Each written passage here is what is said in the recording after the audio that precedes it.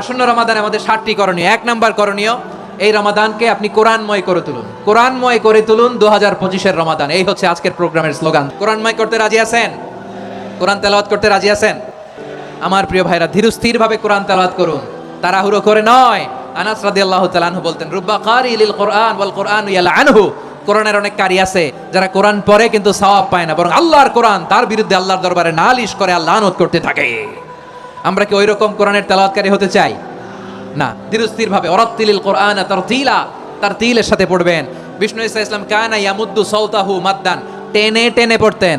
আলহামদুলিল্লাহি রাব্বিল আলামিন আর রহমানির রহিম মালিকি ইয়াউমিদ্দিন ইয়্যাকা না'বুদু ওয়া ইয়্যাকা নাস্তাঈন ইহদিনাস সিরাতাল মুস্তাকিম সিরাতাল লাযীনা আন'আমতা আলাইহিম গায়রিল মাগদুবি আলাইহিম ওয়ালাদ-দাল্লিন।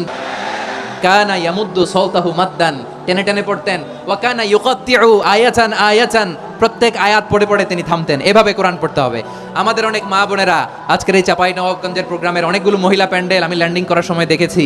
আমার অনেক বোনেরা ওনারা কোরআন খতম করতে যে এমন ভাবে তেলাওয়াত করেন, কোরআন তেলাওয়াতের আদব আর অবশিষ্ট থাকে না। আমরা তারতিলের সাথে তেলাওয়াত করব, যেমনটি আমি পড়ে শোনালাম। বিষ্ণু ইসলাম প্রতি আয়াত শেষে থামতেন, টেনে টেনে পড়তেন, তারতিলের সাথে পড়তেন, সুর করে পড়তেন। মান লাম ইয়াতাগান্না বিল কোরআন ফালাইসা মিন্না, যে সুর করে কোরআন পড়ে না সে আমার উম্মত হতে পারে। জাইয়িনুল কোরআন বিআসওয়াতিকুম, বিষ্ণু বলেন সুর করে কোরআন পড়বা। অনেকে কোরআনের খতম তুলবার জন্য কোরআনের একেবারে খতম করে দেয় না। আপনি ধীরস্থির ভাবে পড়ে যদি খতম দিতে পারেন মাশাআল্লাহ, না পারলে যতটুকু পারেন পড়বেন।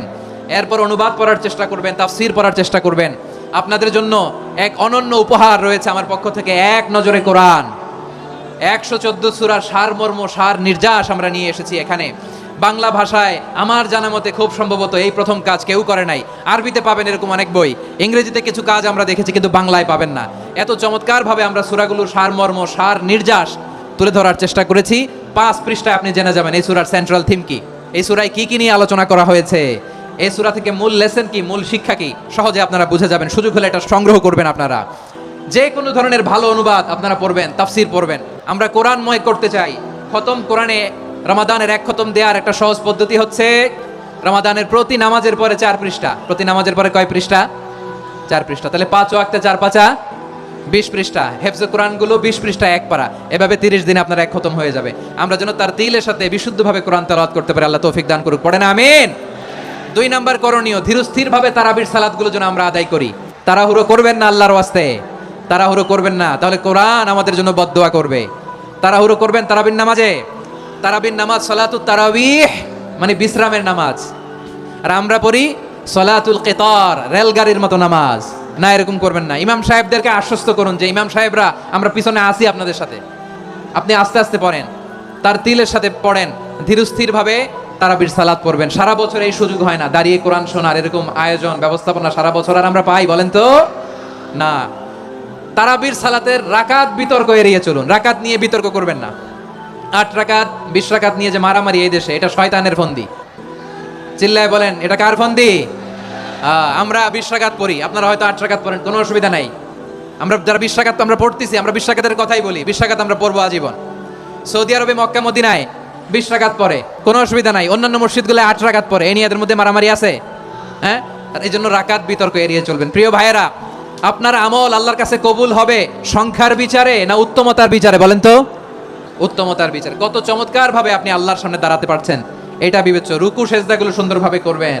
রুকু থেকে সোজা হয়ে দাঁড়ানো ওয়াজিব, 2 সেজদার মাঝখানে সোজা হয়ে বসা ওয়াজিব। এই তা'দিলুল আরকান বাদ দিলে হানাফি মাযহাব মতে সৌ সেজদা দিতে হবে, অন্য মাযহাব মতে নামাজই হবে না আপনার।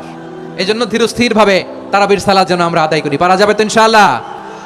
3 নাম্বার, তাহাজ্জুদের সালাত আদায় করুন। বছরের অন্যান্য সময় উঠতে পারি না, অনেকে বলে হুজুর উঠতে পারি না, কিন্তু রমাদানে সাহারি খাওয়ার জন্য তো ওঠাই লাগে। কি বলেন? আল্লাহর হাবিব বলেন, তাসাহারু ফা ইন্না ফিস সাহুরি বারাকা, তোমরা সাহারি খেও, কেননা সাহারির ভেতরে বরকত ঢুকায় দিয়েছে কে? একটা খেজুর, 1 গ্লাস পানি খেলেও সারা দিন আপনাকে তরতাজা রাখে কে? তো সাহারির জন্য যেহেতু উঠতেই হয়, সাহারি খাওয়ার আগে বা পরে 2 রাকাত 4 রাকাত তাহাজ্জুদ পড়া যাবে না? রব্বুল আলামিন বলেন ওয়ামিনাল লাইলি ফাতাহাজ্জাদ বিহি নাফিলাতান লাকা আসা আইয়াবআসাকা রাব্বুকা মাকামান মাহমুদা। ও নবী, রাতের কিছু অংশ সময় তাহাজ্জুদের সালাত আপনি আদায় করবেন, কারণ এই তাহাজ্জুদ হলো আপনার জন্য নাফিলাতাল লাক, অতিরিক্ত ফরজ। আপনাকে মাকামে মাহমুদে অধিষ্ঠিত করবে কে? এজন্য যারা সম্মানিত হতে চান, সম্মানের আসনে যেতে চান, তাদের জন্য তাহাজ্জুদ অবধারিত। আমরা রমজানে সাহারির আগে তাহাজ্জুদ পড়তে চাই কি চাই না? এই নামাজটারে আল্লাহ বড্ড ভালোবাসেন। কেন জানেন? কারণ গভীর ঘুমকে স্যাক্রিফাইস করে আমরা এই নামাজ পড়ি। ঘুমের আরবি জানা আছে কারো? ঘুমরে আরবিতে কি বলে? অনেকগুলো আরবি আছে। একটা আরবি হচ্ছে নোয়াস, তন্দ্রা তন্দ্রা, আমানাথান নোয়াসা কোরআনে এসেছে। আরেকটা আছে ঝিমুনি, ঝিমুনি, এইভাবে ঝিমুনি আসে ঘুমের আগে, এটারে বলে সিনা। এটারে কি বলে? সিনা। স্বাভাবিক ঘুমকে আরবিতে বলে নাউম। স্বাভাবিক ঘুমকে কি বলে? এই সিনা আর নাউমকে আল্লাহ এক আয়াতে এনেছেন, লা তাখুযুহু সিনাতু ওয়ালা নাউম। আল্লাহর তন্দ্রা নাই, ঘুম নাই, ঘুমের আগে যে তন্দ্রা আছে ওইটাও নাই। তাহলে নোয়াস, সিনা, নাউম পেলাম। আরেকটা ঘুমের আরবি হচ্ছে হুজুদ। এটা মাঝরাতের ঘুম, শেষ রাতের ঘুম, যেই ঘুমটা বড্ড মজা লাগে। কাঁথা টেনে টেনে, ব্ল্যাঙ্কেট টেনে টেনে আরেকটু ঘুমাইতে মন চায়, আরেকটু, আর 1 মিনিট, আর 2 মিনিট, এরকম একটা মজার ঘুম শেষ রাতে আছে না নাই? এই শেষ রাতের ঘুম, এই হুজুদের ঘুমকে স্যাক্রিফাইস করে যেই সালাত পড়া হয়, ওই সালাতের আরবি নাম হচ্ছে সলাতুল হুজুদ বা সলাতুত তাহাজ্জুদ। চিল্লায় বলেন আল্লাহু আকবার। এজন্য আল্লাহ তাআলা এই তাহাজ্জুদের সালাতকে এত পছন্দ করেন। পড়বেন তো রমাদানে। 4 নম্বরে মুক্ত হস্তে দান করুন, মুক্ত হস্তে দান করুন। ওয়ামা আতাইতুম মিন যাকাতিন তুরিদুনা ওয়াজহাল্লাহি ফাউলাইকা হুমুল মুদঈফুন। তোমরা মনে করো না যাকাত দিলে তোমাদের সম্পদ কমে যায়, এটা ভেবো না, বরং তোমরা আল্লাহর খুশির জন্য যে যাকাত দাও, তারপরে তোমার যে সম্পদ থাকে ওই সম্পদের মধ্যে প্রবৃদ্ধি দান করে কে? আপনি মনে করছেন দিলে কমে নাকি বাড়ে? বাড়ে। যেটা দান করেন কামাসালি হাব্বা আম্বাতাত সাবআ সানাবিলা ফি কুল্লি সুমবুলাতিন মিয়াতি হাব্বা। 1 টাকা দান করলে এটা চারা বীজের মতো, রূপে দিলে 7টা শীষ, প্রতি শীষে হয় শত শস্য দানা। আল্লাহ যারে চায় এরকম বাড়ায় দেয়, প্রবৃদ্ধি দেয়। সুবহানাল্লাহ। এজন্য মুক্ত হস্তে দান করতে রাজি আছেন? আগে আগে যাকাত ক্যালকুলেট করে রাখেন। আপনার যাকাত বর্ষ যদি পরেও হয়, দেরি করেও হয়, ধরেন যে প্রতি বছর মুহররমে দেন, আপনি আগে দিতে পারবেন। যাকাত অগ্রিম আদায় করা যায়। সুবহানাল্লাহ বলেন। বিষ্ণু ইসলাম রমাদানে এত দান করতেন, কানা আজওয়াদান নাস, কিন্তু রমাদানে আজওয়াদুন নাস আজওয়াদু বিল খাইরি মিনার রিহিল মুরসালা। প্রবাহিত বাতাসের চেয়ে বিশ্বনবী আরো প্রধান্যতা বেড়ে যেত।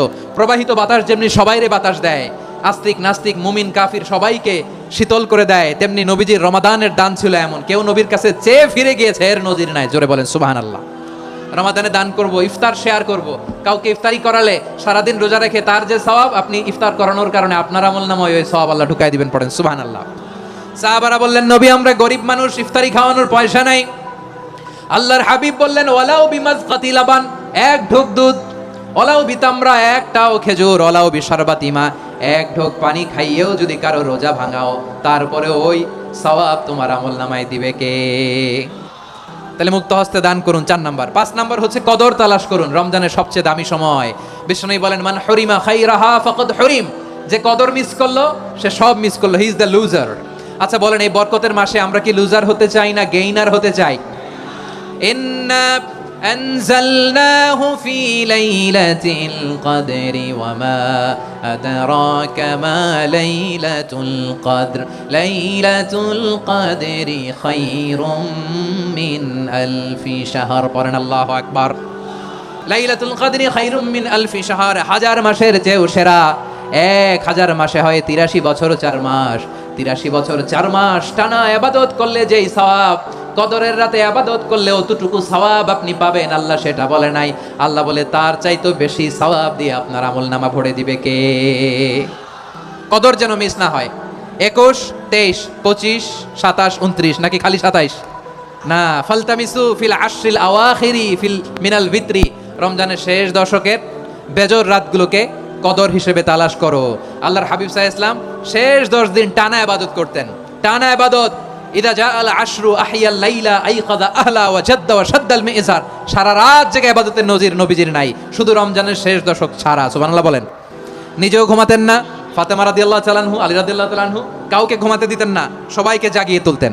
আমরা সারা রাত জেগে ইবাদত করব, রাজি আছেন তো? কদর যেন আমাদের মিস না হয়। আজকে থেকেই ক্যালেন্ডারে মার্ক করে রাখেন, সব কাজ পেছনে ফেলে, সব ব্যস্ততাকে পেছনে ফেলে ইবাদতের জন্য আমরা প্রস্তুত থাকবো কদরের রাতে। কোনোভাবে কদর যেন আমাদের মিস না হয়, ইনশাআল্লাহ। বলেন তো সবাই। 6 নম্বরে পারলে ইতিকাফ করবেন। আল্লাহর হাবিব সাল্লাল্লাহু আলাইহি ওয়াসাল্লাম প্রতি বছর 10 দিন ইতিকাফ করতেন। যে বছর ইন্তেকাল করবেন সে বছর 20 দিন ইতিকাফ করেছেন। আপনি বলবেন হুজুর ইতিকাফ না করলে সমস্যা কি? আমার নবী একটা ইবাদত সারা জীবনেও ছাড়ে নাই, আর আপনি জীবনে একবারও করেন নাই। এবার হিসাব আপনার কাছে। না পারলে অন্তত রাত্রি বেলাগুলো মসজিদে কাটাবেন। পারবেন তো ইনশাআল্লাহ?